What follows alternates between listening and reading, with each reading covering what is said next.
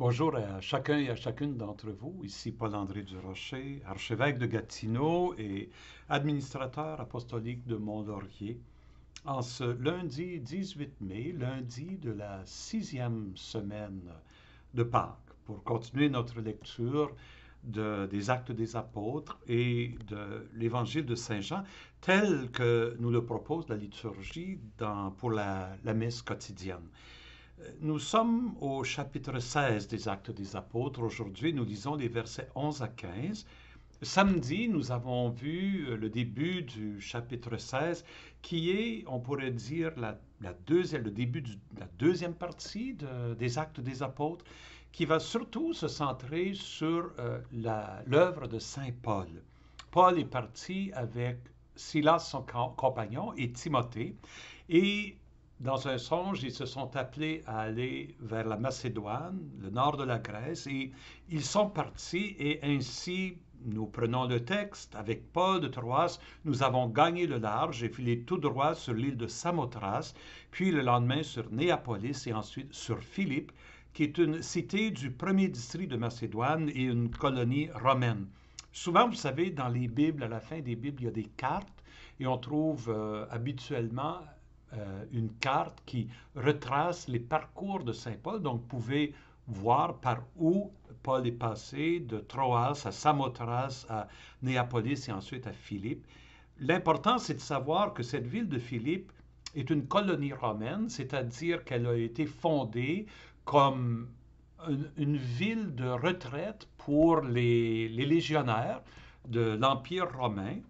Donc, ce sont des citoyens romains qui ont gagné leur citoyenneté et qui est très enraciné dans l'Empire et dans cette culture romaine-là d'une façon prédominante. Le texte est, vous remarquez encore la première personne du pluriel, c'est le nous.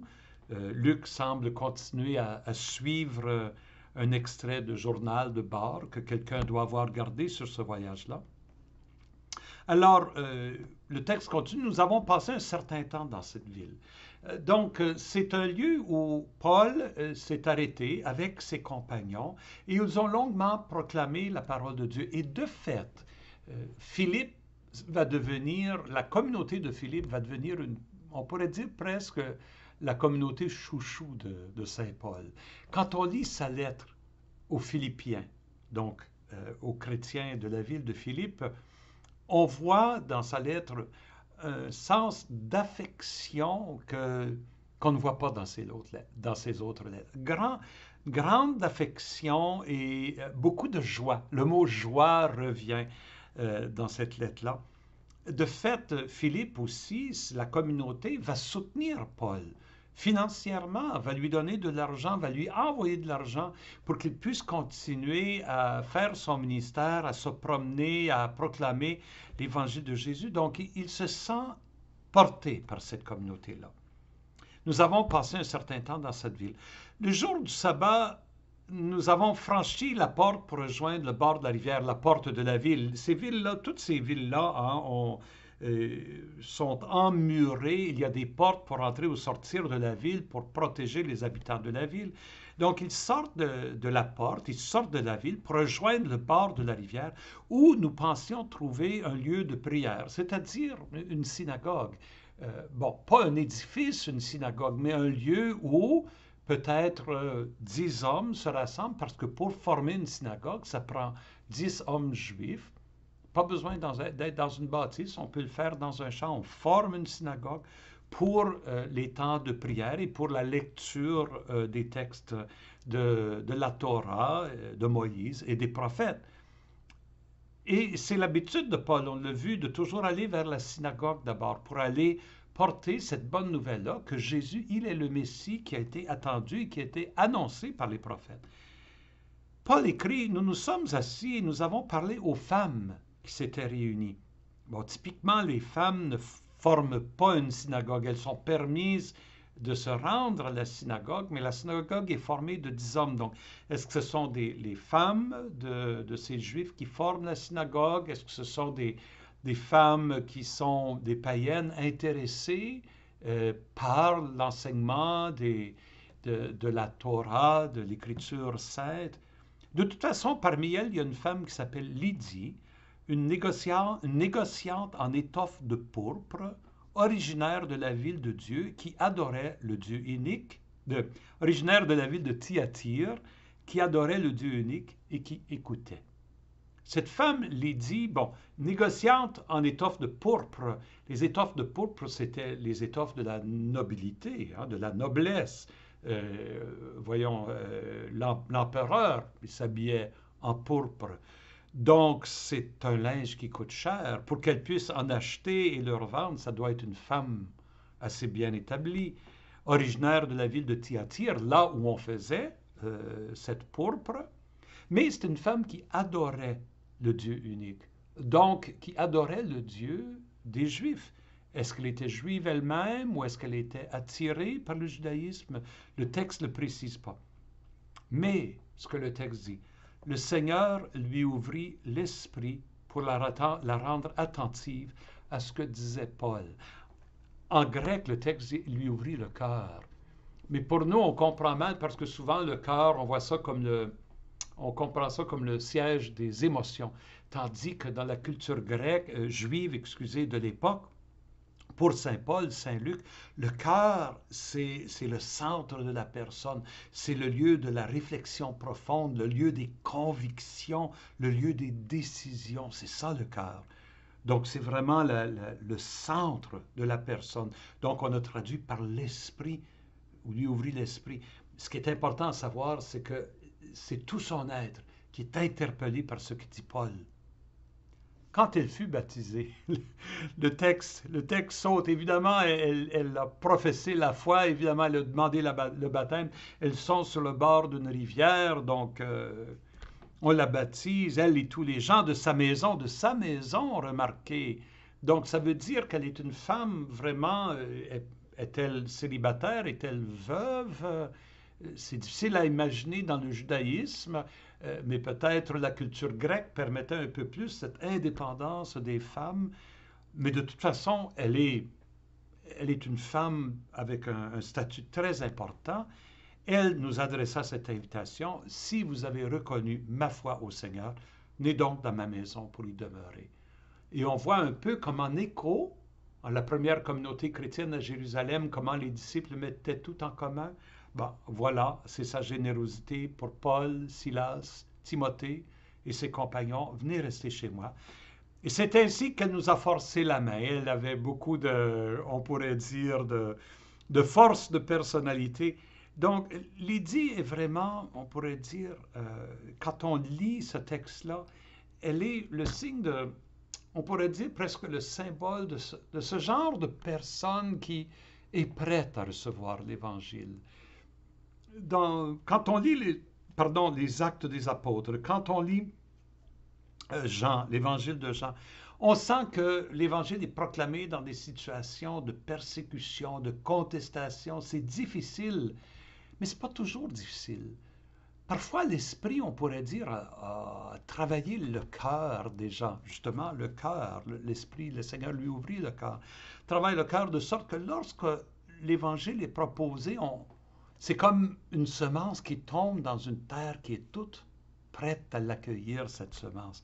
C'est tellement beau de penser à ça, de voir ça. Moi-même, comme prêtre, j'ai eu la joie, pas juste comme prêtre, même avant d'être prêtre, quand j'étais laïque, j'ai eu la joie de voir des jeunes, des adultes réagir positivement au message de l'Évangile, comme si c'est un message qu'ils attendaient au fond d'eux-mêmes. Et ça, c'est merveilleux. Et c'est une source oui, de joie, une source de louange. Et c'est important de nous rappeler ça, surtout dans un temps où pour nous c'est difficile présentement, là, de nous rappeler que parfois la proclamation de l'Évangile, ça va comme de soi. Et la personne l'accueille. N'hésitons pas à ce moment-là à l'accompagner, à proposer. On ne sait jamais quand est-ce que la terre est prête. Hein? C'est certain que les gens vont dire non souvent, mais donnons-leur la chance de dire non. De temps en temps, il y en a qui disent oui, je veux en entendre plus. Et c'est là où, dans ces circonstances-là, c'est facile d'être un témoin de Jésus. Mais ce n'est pas toujours être facile d'être témoin de Jésus, comme on va l'entendre dans l'Évangile de Jean. Nous sommes au chapitre 15, les versets 26 au chapitre 16, verset 4. C'est la conclusion de cette deuxième version du discours d'adieu de Jésus. Et là, on l'a vu samedi, ce côté ténébreux du monde qui haït les apôtres, comme ce côté ténébreux du monde a haï Jésus. Et là, ce côté ténébreux du monde va prendre la forme de la synagogue, des Juifs qui vont persécuter les chrétiens. Il faut comprendre un peu comment le message de l'Évangile était difficile pour les Juifs d'accepter. Même si ce sont des Juifs, les apôtres étaient des Juifs, Saint Paul lui-même était juif. On peut comprendre pourquoi Saint Paul a été tellement en colère contre la proclamation de l'Évangile de Jésus. C'est parce que ça venait saper les bases, les valeurs fondamentales, au moins de façon apparente, les bases fondamentales de la foi juive. Vous voyez, la foi juive, elle est née dans un contexte de polythéisme où les peuples avaient de nombreux dieux. À cette époque-là, dans l'Empire romain, dans la culture grecque de l'époque, il y avait de nombreux dieux, des dieux mâles, des dieux femelles, des dieux de la guerre, des dieux du tonnerre, des dieux de la fertilité, toutes sortes de dieux. J'ai eu la chance de visiter Pompéi, cette ville qui a été ensevelie par les cendres du mont Vésuve. Et j'étais étonné de voir l'abondance de tous les petits temples qu'il y avait à chaque coin de rue. Il y avait un petit temple à un dieu, un autre dieu, etc. Et les Juifs, dans le milieu de ça, eux autres, ils proclamaient un seul Dieu. Un seul. Les autres dieux ne sont rien. Un seul. Et eux-mêmes étaient persécutés. Les Juifs étaient persécutés par les Romains à cause de ça. Et au temps où Jean est en train de rédiger là, ce passage de l'Évangile, n'oublions pas que les Juifs viennent de perdre leur deuxième temple. Pour la deuxième fois, leur temple à Jérusalem a été détruit par un pouvoir ennemi, cette fois les Romains, qui en ont assez avec les Juifs. Et donc les Juifs sont persécutés. Et à cause de ça, il y a un sens fort chez les Juifs de il faut se rallier, il faut se tenir, puis il faut se tenir aux principes de base. Quand on est menacé comme groupe, on veut tenir aux principes de base, notre identité fondamentale. Et là, ce que l'on voit, c'est que les disciples de Jésus arrivent en disant, mais Jésus n'est pas seulement le Messie. Les Juifs avaient eu beaucoup de courants de dire un tel est le Messie, un tel est le Messie. Ça ne faisait pas de problème. Ça créait de la discussion à savoir oui ou non, mais pas de schisme. Mais là, c'était pas juste que Jésus était déclaré le Messie, c'est de plus en plus on disait qu'il était fils de Dieu. On le disait pratiquement Dieu. Et de fait, les chrétiens diraient, quelques siècles plus tard, de façon officielle, oui, il est Dieu, né de Dieu, lumière de la lumière, vrai Dieu, né du vrai Dieu. Déjà, on le voit dans l'évangile de Thomas, de Jean, quand Thomas se met à genoux devant Jésus, mon Seigneur et mon Dieu. Et quand Jésus lui-même dit, le Père et moi, nous sommes un. Nous, chrétiens, nous croyons que ce n'est pas du polythéisme. Nous croyons que les trois, Père, Fils et Esprit, sont tellement unis qu'ils ne sont qu'un seul Dieu. Je crois en un seul Dieu. C'est la foi chrétienne. Mais pour le juif qui entend ça, mais non, vous ne croyez pas. Les musulmans, aujourd'hui, c'est la même chose. Vous croyez pas, vous croyez en trois dieux, c'est du polythéisme. Donc, c'est ce rejet-là. Et en plus, quand un Saint Paul qui est en train d'annoncer que vous n'avez pas besoin d'être juif, que vous n'avez pas besoin de suivre la loi de Moïse, pour être sauvé. Vous n'avez pas besoin de suivre la loi de Moïse. La loi de Moïse n'est pas essentielle. Eh bien là, c'est le coup de grâce pour eux qui sont persécutés, les Juifs qui sont persécutés. On peut comprendre qu'ils voyaient les chrétiens parmi eux, les disciples de Jésus parmi eux comme des hérétiques. Ils les ont renvoyés de la synagogue. Ils menaçaient l'identité même du judaïsme. Et à ce moment-là, les chrétiens vivaient ça comme une persécution. Ils se faisaient rejetés par leur famille. Ils vivaient ça comme un rejet, comme une persécution. Et c'est là où Jésus dit, vous allez être persécutés. Oui, ils seront persécutés aussi par les Romains. On le sait, Néron a persécuté les chrétiens. Dans les siècles qui suivront, ils seront persécutés aussi. Mais l'écho de l'évangile de Jean, c'est vraiment face aux Juifs. Ce qu'il y a de triste, c'est que ça a donné lieu, naissance à un anti-judaïsme chez les chrétiens. Et quand les chrétiens sont devenus puissants, ils se sont tournés de bord et ça a été eux qui ont persécuté les Juifs d'une façon horrible. J'y reviendrai. Alors lisons ce que Jésus dit. Quand viendra le défenseur, le Paraclet, on en a parlé hier, que je vous enverrai d'auprès le Père, lui, l'Esprit de vérité qui procède du Père. Il rendra témoignage en ma faveur et vous aussi, vous allez me rendre témoignage car vous êtes avec moi depuis le commencement. Rendre témoignage dans l'évangile de Jean, c'est une expression qui revient souvent. Mais habituellement, jusqu'à date, ça a été rendre témoignage. Qui a rendu témoignage? Jean le Baptiste rend témoignage à Jésus. Les Écritures rendent témoignage à Jésus. Les œuvres de Jésus lui rendent témoignage. Le Père rend témoignage. L'Esprit rend témoignage. Mais là, Jésus dit, maintenant, vous allez rendre témoignage. Vous allez témoigner pour moi. Vous allez annoncer la vérité de mon évangile. Que Dieu aime l'humanité, toute l'humanité, et que cet amour-là, Jésus est comme le chemin pour y accéder. Vous allez rendre témoignage. L'Esprit, lui, va rendre témoignage dans vos cœurs, afin que vous puissiez rendre témoignage.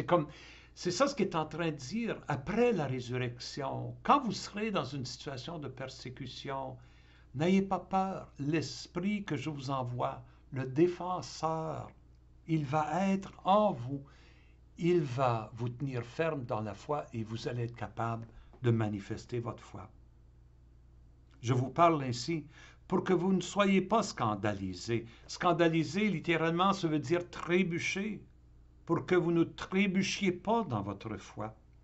Parce que vous voyez, quand ils se font expulser de la synagogue, pour eux, c'est leur famille, ça.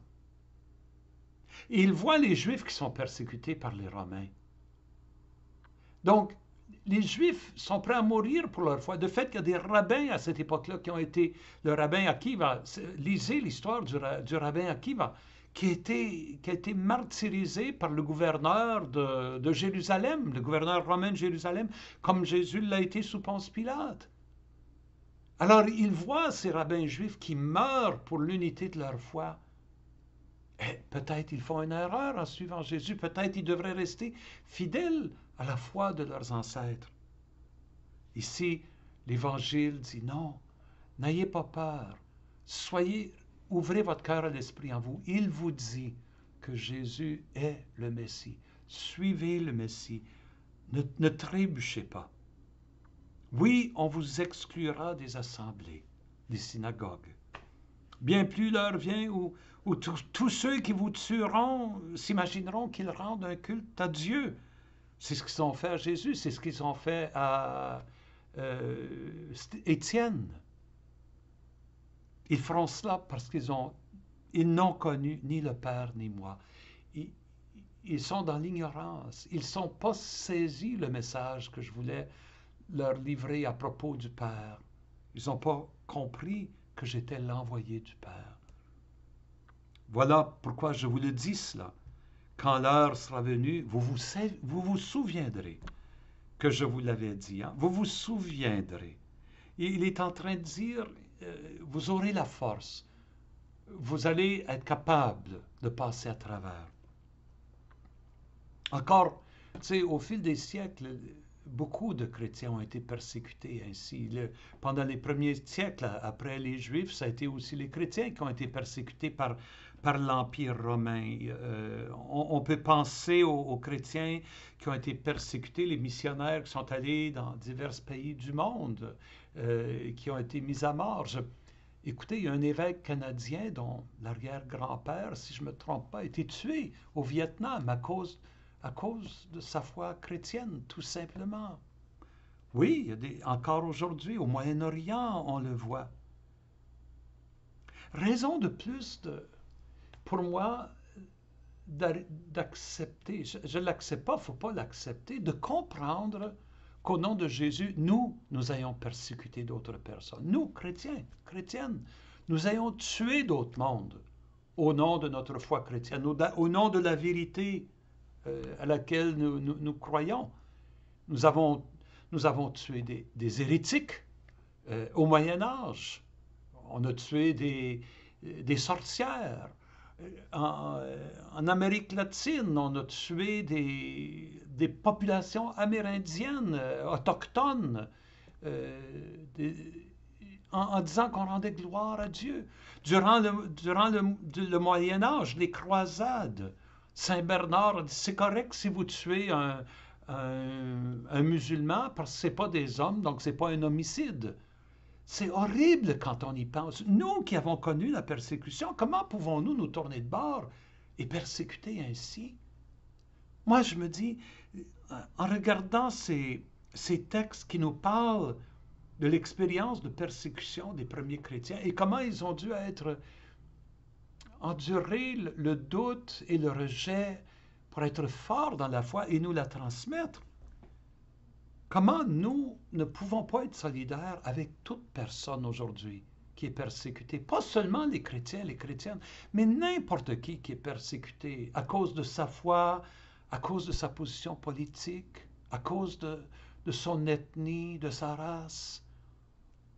Il faut, au nom de notre foi, nous soyons du bord de tous ceux qui sont persécutés, pour quelque raison que ce soit. Jésus a été mis à mort injustement. Il faudrait que notre cœur soit un avec toutes les personnes qui sont torturées, opprimées, mises à mort injustement. Il me semble que c'est ça le message. Moi, c'est le message que je retiens de ce texte aujourd'hui. Oui, une invitation à témoigner de Jésus, mais à témoigner d'une façon particulière par ma solidarité avec ceux qui sont persécutés, comme les chrétiens d'autrefois et certains chrétiens encore aujourd'hui le sont. Il me semble que c'est ça que Jésus nous inviterait à faire. Et avec cette pensée, je vous bénis au nom du Père, du Fils et du Saint-Esprit. Amen.